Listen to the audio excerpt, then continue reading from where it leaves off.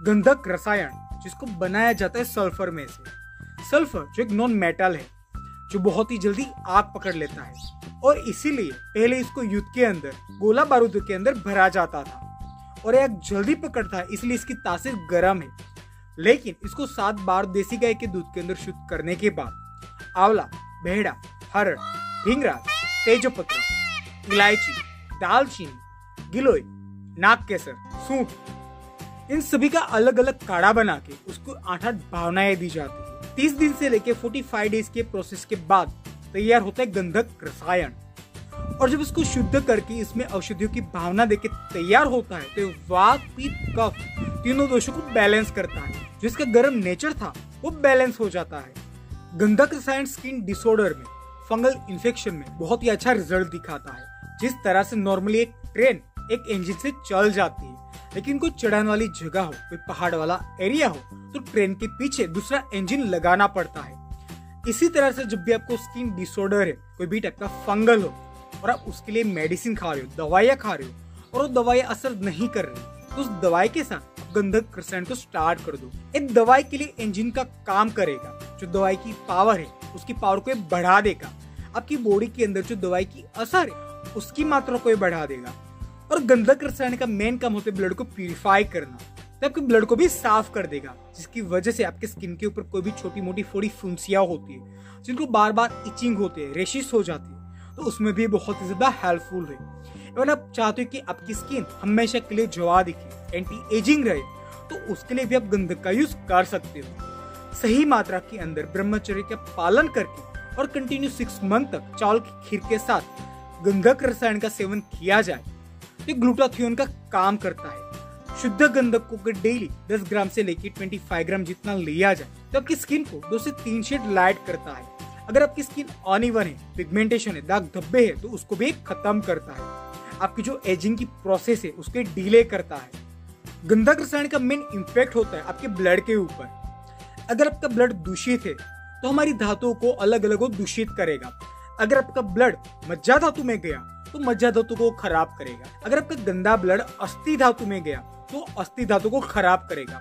हमारी पूरी बॉडी के अंदर ब्लड का सर्कुलेशन होता रहता है, हमारी पूरी बॉडी के अंदर ब्लड घूमता रहता है। अगर आपका ब्लड अशुद्ध है तो पूरी बॉडी को खराब करेगा, आपकी बॉडी के अंदर विष की मात्रा को बढ़ा देगा। तो आपके खून के अंदर जो विष की मात्रा बढ़ी हुई है, जो गंदगी बढ़ी हुई है, उसको साफ करने की अचूक एंड सबसे असरकारक दवा है गंधक रसायन। और इतना ज्यादा पावरफुल है कि आपके ब्लड को तो ये साफ करेगा ही, लेकिन बाकी की जो 6 धातुएं है उसको भी नरिशमेंट देगा, उसको भी ताकत देगा। इसको लेने से आपकी स्मरण शक्ति बढ़ेगी, आपकी कार्य करने की क्षमता बढ़ेगी और आपकी बॉडी हमेशा के लिए एनर्जी से भरी रहेगी। बवासीर, चाहे फिर आपको खूनी बवासीर हो या फिर बादी बवासीर, इसके अलावा बवासीर के मस्से, भगंदर या फिर कोई भी वहां पे इंफेक्शन हो जाना, इन सभी कंडीशन के अंदर अगर आप गंधक रसायन का सेवन करते हो तो आपको बहुत ही ज्यादा फायदा होता है। बॉडी का पित्त इम्बैलेंस होने की वजह से बॉडी के अंदर गर्मी बढ़ जाना, पसीना अधिक मात्रा में आना, पेट में जलन रहना, हाथ पैर में जलन रहना, यूरिन पास करते टाइम यूरिन में जलन रहना, इवन नाक में से ब्लड आना, तो इन सभी कंडीशन के अंदर गंधक देना बहुत ही फायदेमंद माना जाता है। एलोपेशिया मींस बालों का गुच्छे में निकल जाना।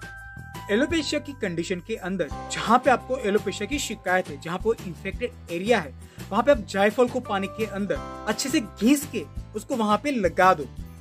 जायफल लगाने की वजह से आपकी स्किन की जो ऊपर की लेयर है वो धीरे धीरे निकलना स्टार्ट हो जाएगी और उसके बाद वहाँ पे छोटे छोटे दाने आना शुरू हो जाएंगे। इसका मीनिंग ये होगा कि आपको जो एलोपेशिया की प्रॉब्लम है वो रिकवर हो रही है और कुछ टाइम के बाद वहाँ पे नए बाल आना शुरू हो जाएंगे। और इसके साथ अगर गंधक रसायन को जोड़ा जाए, सेवन किया जाए, तो बहुत ही ज्यादा फायदा होता है। जिनको शिकायत रहती है डेंड्रफ की, जिनको बहुत ही पुराना डेंड्रफ की शिकायत है, बाल में रूसी हो जाना, और जब भी आप बालों में खुजाते हो तो रूसी बॉडी पे, हाथों पे, पैर पे गिरती है, जिसकी वजह से सोराइसिस होता है। और सोराइसिस एक तरह का फंगल है। तो सोराइसिस की कंडीशन में भी अगर खादिरा रिस्ट एंड महामंजिष्ठा रिस्ट के साथ अगर गंधक रसायन का सेवन किया जाए तो ये सभी तरह के फंगल को, स्किन डिसऑर्डर को खत्म करता है।